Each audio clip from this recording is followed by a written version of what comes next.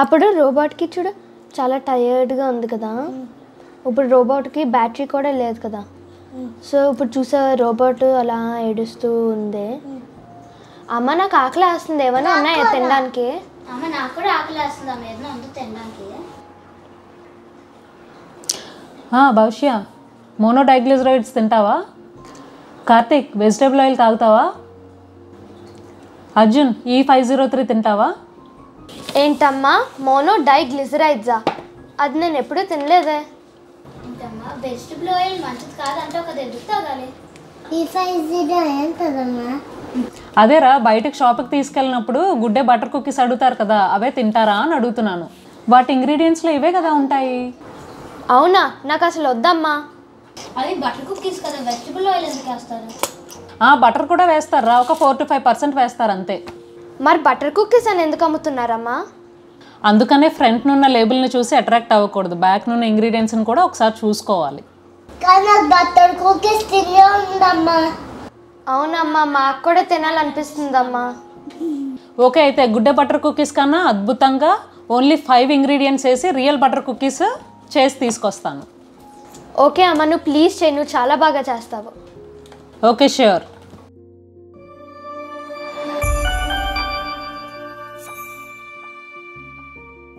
ముందుగా 230 grams butter, 75 grams sugar వేసుకొని క్రీమీగా అయ్యేంత వరకు బీట్ చేసుకోవాలి. ఒకవేళ మీ దగ్గర బీటర్ లేకపోతే విస్కర్తో అయినా చేసుకోవచ్చు. నార్మల్గా అయితే ఇదే రెసిపీ వేరే ఎక్కడైనా చూసినట్లయితే వాళ్ళు సేమ్ మెజర్మెంట్స్కి 120 to 150 grams షుగర్ వేస్తారు. కానీ నేను ఇక్కడ జస్ట్ 75 grams షుగర్నే వేసుకుంటున్నాను. అలా అని షుగర్ కంప్లీట్గా తగ్గించేస్తే బిస్కెట్ సరిగ్గా రావు. అందుకనే చాలాసార్లు ట్రై చేసి ఎంత తక్కువ షుగర్ వేసుకొని ఫెయిల్ అవ్వకుండా బిస్కెట్స్ చేసుకోవచ్చు అని తెలుసుకొని మీతో షేర్ చేసుకుంటున్నాను. Next 2 egg yellows, 1 tablespoon vanilla essence వేసుకొని మళ్ళీ ఇంకొకసారి బీట్ చేసుకోండి. ఇప్పుడు నాకు ఎక్కువగా వచ్చే కమెంట్స్ ఏంటి అంటే షుగర్కి బదులు బెల్లం వాడుకోవచ్చా అని వస్తాయి. నేను ఆల్రెడీ ప్రోబయోటిక్ రెసిపీస్లో కూడా చెప్పాను, షుగర్ అయినా బెల్లం అయినా హనీ అయినా ఒకటే. క్యాలరీస్ పరంగా చూసుకుంటే అన్నిటిలోని కార్బోహైడ్రేట్స్ నుంచి 1 గ్రామ్కి 4 calories ఉంటాయి. ఎగ్ yellows వేసుకొని బాగా బీట్ చేసుకున్నాక 250 grams మైదా పిండి, 2 tablespoon అంటే 30 grams యారోరూట్ పౌడర్ వేసి స్పాచులాతో కానీ చేతితో కానీ చూపించిన విధంగా బాగా కలుపుకోండి. నార్మల్గా అయితే యారోరూట్ పౌడర్ ప్లేస్లో కార్న్ఫ్లోర్ యూజ్ చేస్తారు, కానీ నేను ఇక్కడ యారోరూట్ పౌడర్ వేస్తున్నాను. యారోరూట్ పౌడర్ అంటే కర్రపెండలం అంటారు కదా, దాని నుంచి తీసిన పౌడర్ అన్నమాట. సో ఈ యారోరూట్ పౌడర్ అనేది కంప్లీట్లీ ఆప్షనల్ అండి, దొరికితే వేసుకోండి, లేదంటే స్కిప్ చేసేయచ్చు. ఓన్లీ మైదానే సరిపోతుంది. ఇలాంటి రెసిపీస్లో బెల్లం అది వేస్ట్ చేస్తే ఆ ఫ్లేవర్ డామినేట్ చేసి బయట బిస్కెట్స్ లాగా టేస్ట్ రాదు, పిల్లలు ఇంట్రెస్టింగ్గా తినరు, బయటవే కొనమని అడుగుతూ ఉంటారు. అండ్ బెల్లంలో ఎక్కువ మినరల్స్ ఉంటాయని అందరూ అనుకుంటూ ఉంటారు, కానీ అవి చాలా తక్కువలో ఉంటాయి.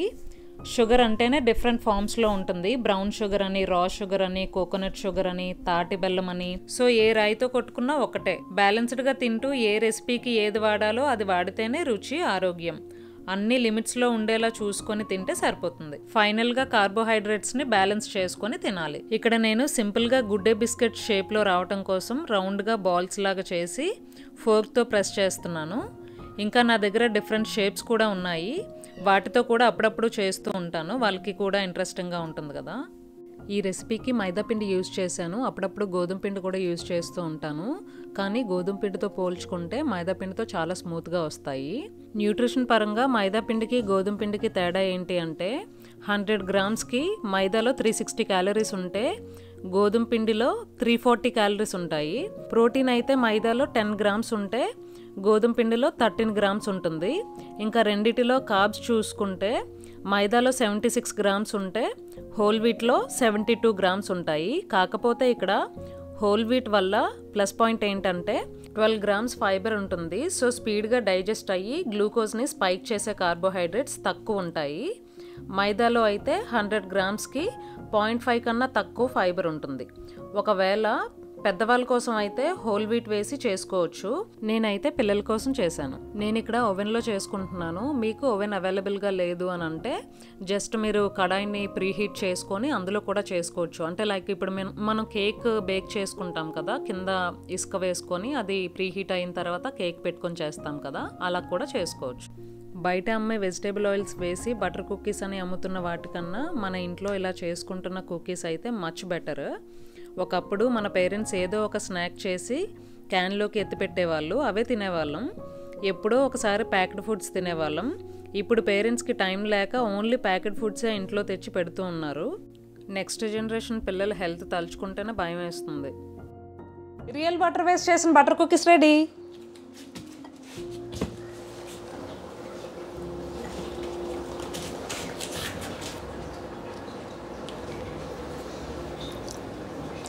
వావ్ అమ్మా, ఇవి బయట నుంచి చేసిన బిస్కెట్స్ కన్నా చాలా చాలా బాగున్నాయమ్మా.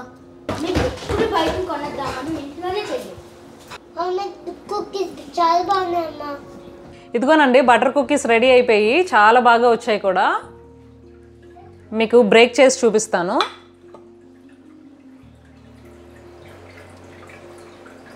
చూసారా ఎంత బాగా వచ్చాయో. ఇప్పుడు తిని చూపిస్తాను.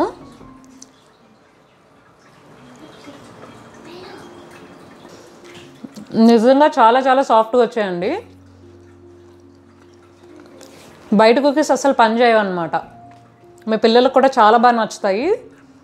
బయట మనం గుడ్డే బిస్కెట్స్ అవి తింటూ ఉంటాం కదా, ఎంత షుగర్ ఉంటుంది అందులో షుగర్ క్వాంటిటీ కూడా తక్కువ ఉంది కదా.